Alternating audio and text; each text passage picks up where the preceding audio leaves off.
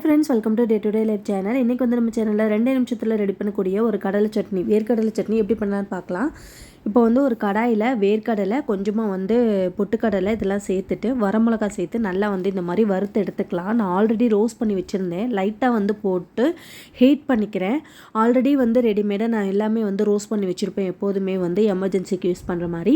So இது கூடவே வந்து கொஞ்சமாக பெருங்காயத்தூள், அதேமாதிரி கொஞ்சம் ஒரு துண்டு இஞ்சி பூண்டு இதெல்லாம் வந்து ஆட் பண்ணிவிட்டு நல்லா ரோஸ்ட் பண்ணி வந்து எடுத்துக்கலாம். காரத்துக்கு தகுந்த மாதிரி வந்து ட்ரை சில்லி ஆட் பண்ணிக்கோங்க. பெருங்காயத்தூள் எதுக்கு வந்து ஆட் பண்ணுறோம் அப்படின்னா, டைஜஸ்ட் ஆகிறதுக்கும் அதே மாதிரி வாய்வு ப்ராப்ளம் வராமல் இருக்கிறதுக்கும் இது வந்து யூஸ் பண்ணுறோம். அதை வந்து நல்லா ரோஸ்ட் பண்ணிவிட்டு ஆற வச்சு அரைச்சி எடுத்தோம்னா நம்மளோட சூப்பரான சட்னி வந்து ரெடி ஆயிரும்.